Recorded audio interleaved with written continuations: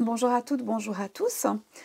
Aujourd'hui, nous allons faire un tirage sur ce qui se passe dans le ciel et notamment suite à l'information reçue par une dame de la communauté Million Coaching, que je salue et qui se reconnaîtra, qui a vécu il y a quelques jours dans le centre de la France quelque chose d'assez particulier. En effet, cette dame roulait avec son véhicule en plein après-midi, il faisait beau, quand à sa droite, à hauteur de fenêtre, donc à très basse altitude, elle s'est trouvée face à un objet de forme bizarre, sans ailes, qui est resté statique pendant quelques instants et puis a subitement disparu.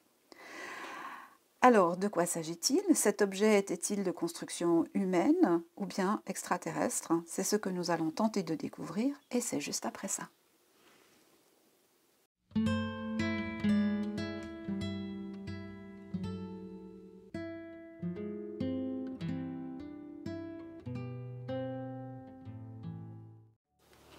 Bonjour à toutes, bonjour à tous, j'espère que vous allez bien.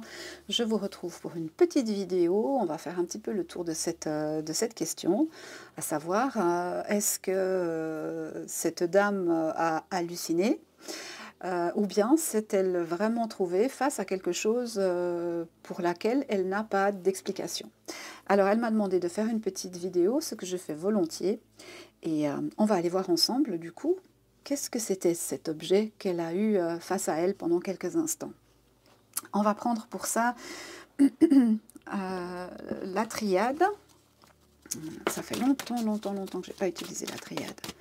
En tout cas, pas pour les vidéos. J'espère que vous passez une belle journée. Ah, on en parle de réussite. De protection. Ok. Ah, d'énergie.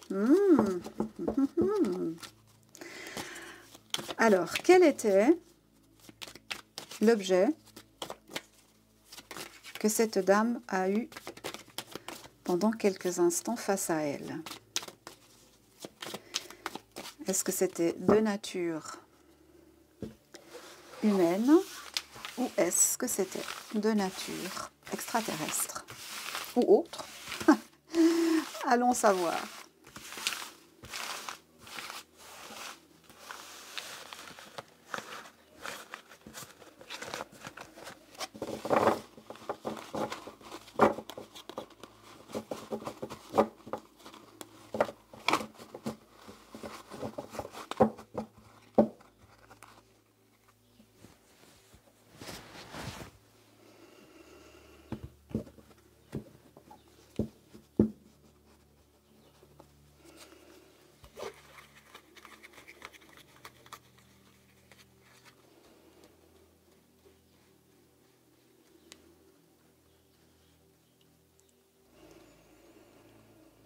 Alors, était-ce un objet volant non identifié? Était-elle dans un espace-temps? A-t-elle traversé un espace-temps? Ou s'est-elle trouvée tout simplement face à un drone peut-être?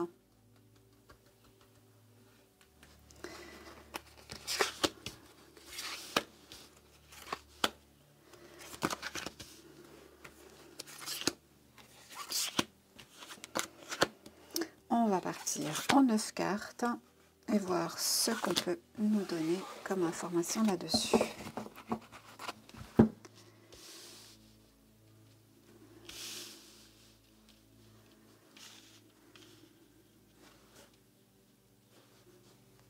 Alors, est-ce que vous voyez toutes les cartes? Je crois que oui. Alors, on nous parle d'âme. C'est très intéressant de commencer avec un dos de deck comme ça. Excusez-moi. Alors, qu'est-ce qu'on peut nous dire par rapport à cette vision qu'a eue cette dame? Donc, on nous dit déjà que c'est une bonne âme, qu'elle était dans une situation de nécessité, qu'elle avait peut-être besoin, au moment où elle a vu cet objet, d'être rassurée sur certains questionnements.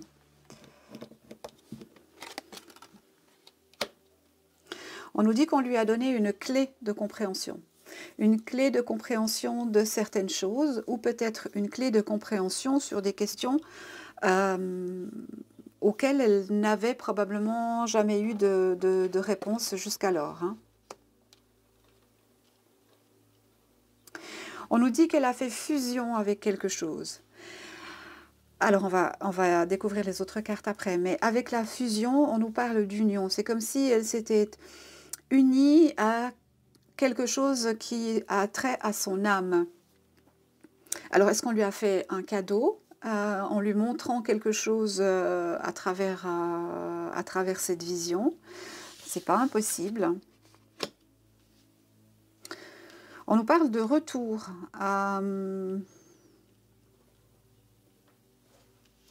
Alors évidemment, ça peut avoir plusieurs symboliques.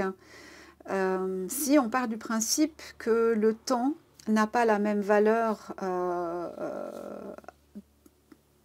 dans les autres systèmes solaires que dans le nôtre, que le temps long de chez nous n'est qu'un temps court de chez d'autres entités qui pourraient foisonner dans l'univers. Mais en tout cas, on nous parle de retour. Donc, c'est possiblement quelque chose qui est déjà venu et qui revient.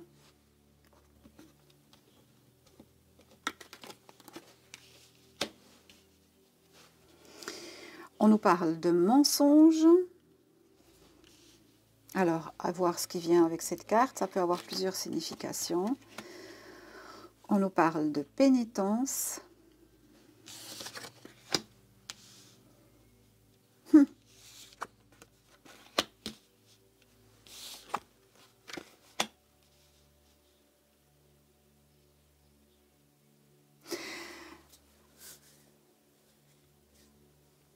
Alors, avec le mensonge, ici, on pourrait nous indiquer que le retour de ce qu'elle a vu, alors là, je pense qu'on est sur quelque chose d'extraterrestre, mais on vérifiera après. Ce qu'elle a vu fait partie d'un mensonge qui est servi depuis des années et des années, hein. Et on nous dit qu'avec faire pénitence, c'est aussi quelque part comme prendre son mal en patience. Bien qu'on sache certaines choses, qu'on s'en doute, n'en ayant pas la preuve formelle au-delà des vidéos qui peuvent être prises et dont certaines sont en ma possession sur d'autres objets volants non identifiés, hein. On pourrait nous dire ici que, eh bien, on est pieds et poings liés par rapport à cette situation puisque personne ne croit personne. Pourtant, on baigne dans un certain mensonge, hein. On nous dit que pour cette dame, ça a été un coup de foudre, hein, c'est-à-dire que elle n'en a pas cru ce qu'elle a vu, quoi. De fait, elle a eu besoin de m'en parler pour que je vois si elle avait halluciné, si elle avait perdu connaissance quelques millifractions de seconde, pour voir des choses qui ne sont pas dans le réel, hein. Pourtant là, on nous dit bien que elle a bien vu cette chose. Bien qu'on nous parle ici de mensonge, le mensonge, me semble-t-il, ne vient pas de ce que cette dame a raconté, mais plutôt de ce qu'on essaye de nous faire croire par rapport à tout ça, hein. En tout cas, on ne nous parle pas de quelque chose qui serait potentiellement mauvais ou qui aurait de mauvaises intentions envers nous. Et puis avec la naissance, ça ressemble un peu à la forme qu'elle m'a décrite. Alors c'est très intéressant d'avoir cette carte ici puisque symboliquement, ça représente un peu la façon dont elle m'a schématisé l'objet qu'elle a vu.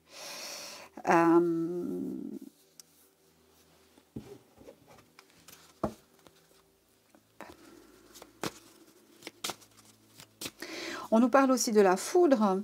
Donc la foudre, c'est une énergie qui n'est pas encore, sauf erreur de ma part, mettez-moi en commentaire si je me trompe, qui n'est pas encore maîtrisée par l'humain. On n'arrive pas encore à déterminer où la foudre va tomber et comment en récupérer, en recapturer l'énergie. Donc ça laisserait sous-entendre que c'est le retour de quelqu'un ou de quelque chose qui peut utiliser de l'énergie qui n'est pour l'instant pas maîtrisée de façon humaine, hein. On peut le voir de cette façon-là. On nous parle de pardon, de mutation,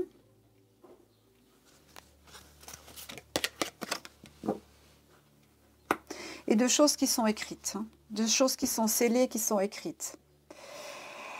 Donc là, pour moi, j'aurais tendance à dire que ce qu'elle a vu n'est pas spécifiquement de nature humaine.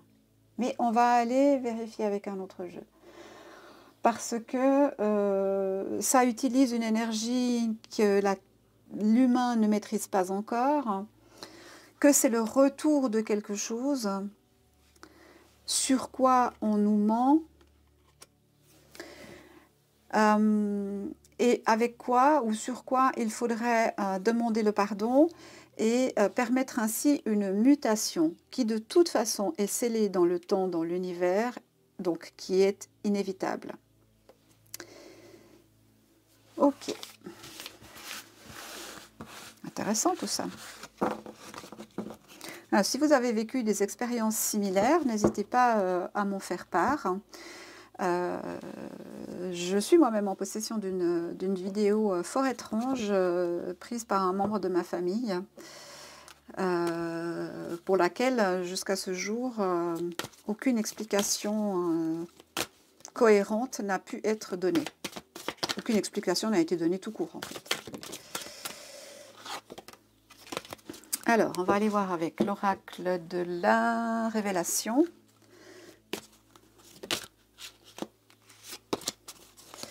Qu'est-ce que l'oracle de la révélation peut nous dire sur ce que cette dame a vu?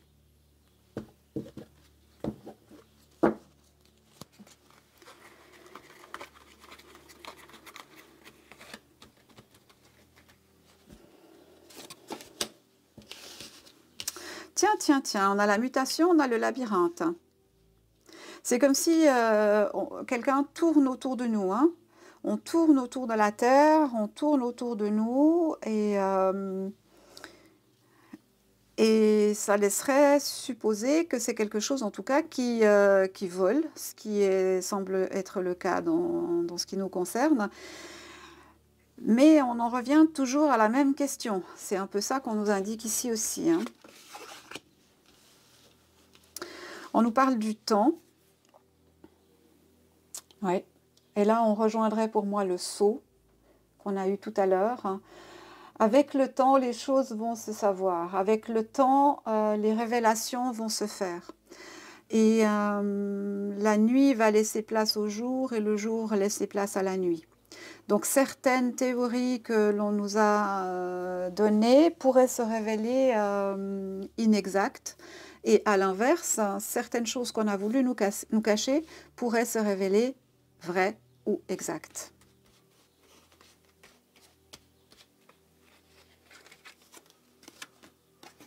Eh ben, qu'est-ce que vous voulez que je vous dise, moi? Alors, si je devais donner une réponse à cette dame, je dirais qu'elle a effectivement vu quelque chose qui tourne en orbite autour de la Terre normalement, que l'on ne voit pas forcément, et puis que le temps, l'instant où elle a vu ça, c'est quelque chose qui se met dans un espace-temps intermédiaire. Je ne sais pas si je me fais bien comprendre. Et on nous dit qu'il va y avoir une pluie de révélations très prochainement par rapport à ça. Donc ça laisserait sous-entendre qu'effectivement, elle a vu un objet extraterrestre. Alors moi, pour être tout à fait honnête, quand elle m'a décrit ce qu'elle a vu, j'ai de suite pensé à un drone. Donc, je suis allée vérifier, mais je n'ai trouvé aucun drone ayant la forme dont elle m'a fait part, qui n'ait pas d'aile. Et cet objet n'avait pas d'aile. Eh ben, comme dirait quelqu'un de connu, si tu n'as pas d'aile, tu ne peux pas voler, normalement. Hein?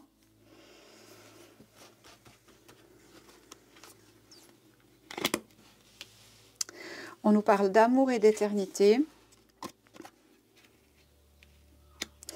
On nous parle de libre arbitre. C'est très intéressant de nous parler de libre arbitre dans quelque chose de ce type-là. Ça nous indique que vous avez le choix d'y croire ou de ne pas y croire. Ça nous indique que vous avez le choix de prendre consciemment toutes les informations qui arrivent et de plus en plus sur le fait que nous ne sommes pas seuls dans l'univers, ou vous avez le choix de laisser ça de côté et de ne pas y croire. Mais en tout état de cause, il y aura une pluie de révélations très prochainement. Alors la pluie de révélations, est-ce que c'est plusieurs vaisseaux peut-être extraterrestres qui viendraient à se poser sur la Terre?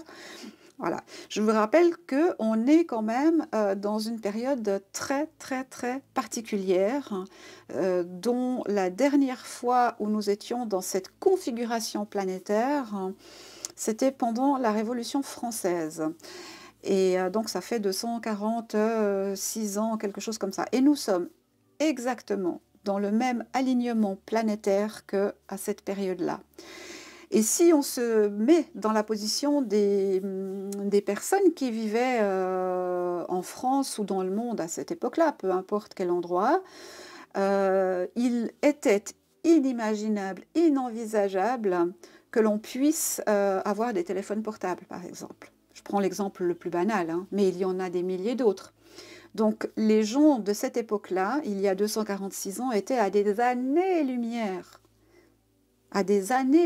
d'imaginer que ce serait possible. Sauf ceux qui pouvaient voyager dans des espaces-temps différents. Hein. Eh bien, on est maintenant, à partir de ce mois de mars, à partir du 23, on est totalement dans la même configuration. Donc, il ne serait pas impossible que une pluie d'extraterrestres arrive sur la Terre. Ça ne serait pas impossible, puisque c'est inimaginable et qu'on est dans une période totalement incertaine. Et on nous parle d'anges.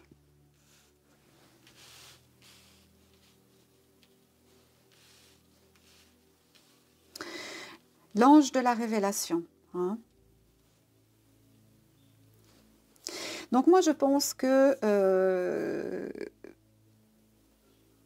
cette dame qui par ailleurs a une énergie merveilleuse, qui a un cœur formidable malgré le fait qu'elle ait vécu des épreuves extrêmement difficiles pendant sa vie, a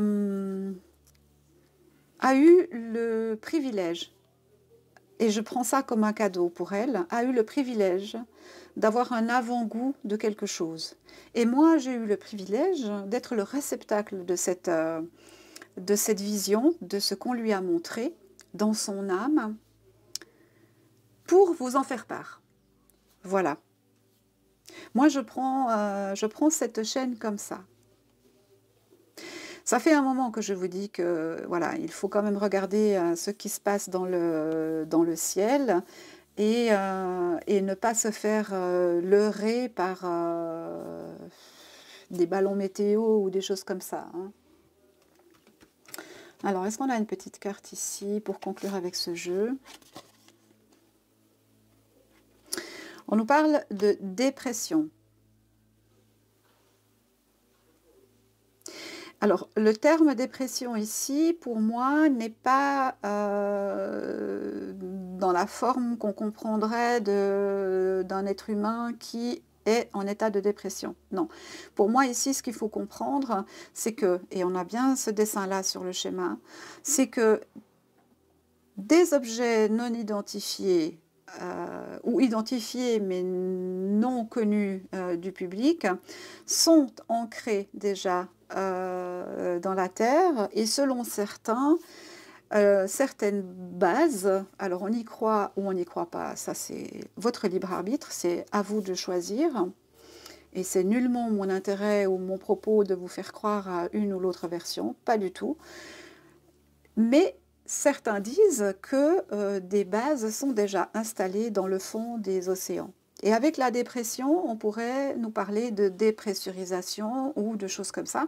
Donc ça laisserait supposer que un objet est passé de la stratosphère, a traversé l'atmosphère et est venu se mettre à niveau de vision humaine. Voilà. Bah écoutez, mettez-moi en commentaire si c'est quelque chose qui résonne en vous ou pas du tout. En tout cas, si je dois vous répondre, cher ami, eh bien, je pense que vous avez vu quelque chose qui n'est pas terrestre. Voilà, qui n'est pas de construction humaine, contrairement à ce que j'aurais pu vous indiquer. Mais voilà, à prendre avec toute la mesure que ça nécessite. Voilà, moi je vous souhaite encore une belle soirée ou journée selon à quel moment vous visionnerez cette vidéo. Je vous remercie pour vos pouces bleus, vos likes, vos partages. Et puis vous savez que tout ça, bien sûr, à moi, ça ne m'apporte pas grand-chose. Mon travail reste le même. Par contre, plus les vidéos sont commentées, likées et partagées, et plus l'algorithme de YouTube présente les vidéos à différents profils de personnes. Voilà. Je vous remercie pour votre attention et je vous dis à tout bientôt pour une prochaine vidéo. Merci beaucoup. Au revoir.